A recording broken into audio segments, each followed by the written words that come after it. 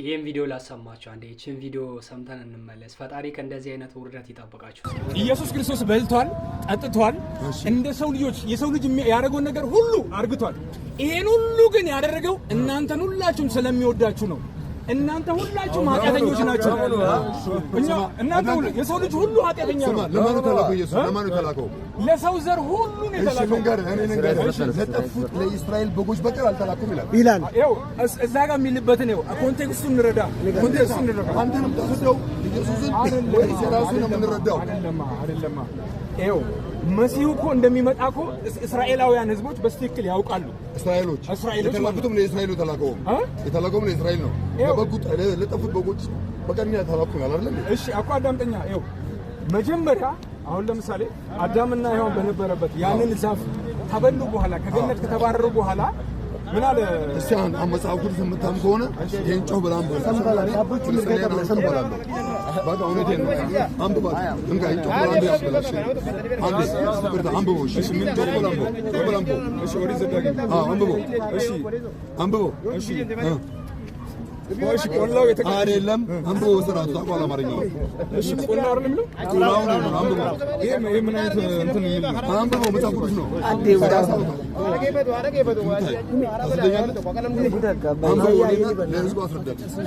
ይሄን ታምናለ መጽሐፍ ቅዱስ በደንብ ነው ማለት አንብቦና ንገራችሁ እኮ እሺ አሁን ይሄ ምን ሆነሽ አንብብልና ለኛ አንብብልን ይሄ ምን ሆነ ለኛ ነው አማርኛ ስለሆነ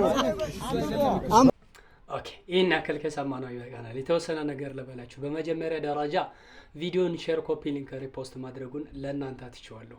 ከዛ በመቀጠል በዘርዘሮቻችሁ፣ በወገኖቻችሁ፣ በዘመድ አዝማዳችሁ እንደዚህ አይነት የአደባባይ ውርደትና ቅሌት አይድረስባችሁ። አሜን በሉ። ዝም አትበሉ። ዝም አትበሉ እንጂ አለ አሜን በሉ እንጂ። ይህ ወገናችን ጀግና ሆኖ ታውቃላችሁ። መንገድ ላይ ነው ይሄ በህዝብ ፊት ለፊት ኢየሱስ ያድናቸዋል ብሎ ስብከቱን አለው ብሎ በደንብ ሲጮህ በነበረበት ሰዓት እንደዚህ አይነቱ ደግሞ የኛ የሙስሊሙ ጀግና አለ።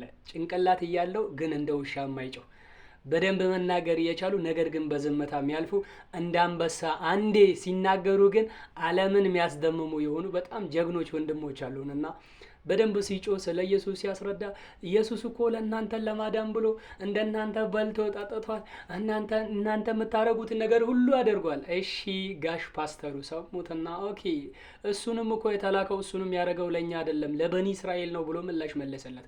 አዎ ለበኒ እስራኤላኖች ምን እንዳላቸው ታውቃለህ ሲለው ጀግና ወንድማችን ምን ቢለው ጥሩ ነው። አዎ ለበኒ እስራኤላኖች ምን እንዳደረገ እናውቃለን፣ እሱን ታምናለህ አለ። አስቀጠለና የቅሌቱ ቅሌት ምንድነው? ሌላውን የመጽሐፍ ቅዱስ ጮክ ብሎ ሲያነብ ይሄንን ጥቅስ አንበብ ብሎ አውጥቶ ስልኩን ለምን ግጥም ያደርግለትም? ጥቅሱ ምን መሰላችሁ? ጥቅሱ ኦሪት ዘዳግም ምዕራፍ 23 ከቁጥር 1 ገብቶ ጮክ ብለህ አንብብ አሉት።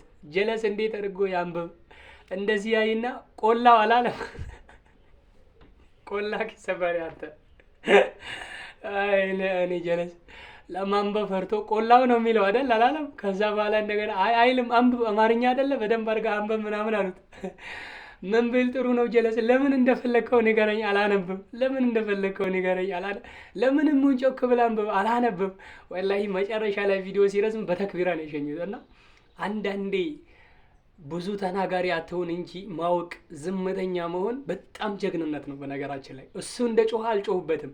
በዝምታ አደመጡትና በአንድ ነገር ብቻ ነው ጸጥ ያደረገው። ኦሪት ዘዳግም 23ን አንደን ታውቃላችሁ። የወንድ ልጅን እንትኑ የተቆረጠ እንትኑ የተቀጠቀጠ እንትኑ በቃ እናታችሁ አጠገብ ይህንን ነገር አታነቡትም። ከዚህ በፊት ነግራችኋለሁ። አባታችሁ እናታችሁ ቤተሰብ አጠገብ ይህንን ጥቅስ ከፍ ብሎ ማንበብ በጣም ስጋት ነው። አያነቡም። ሼም ነው ብያችኋለሁ።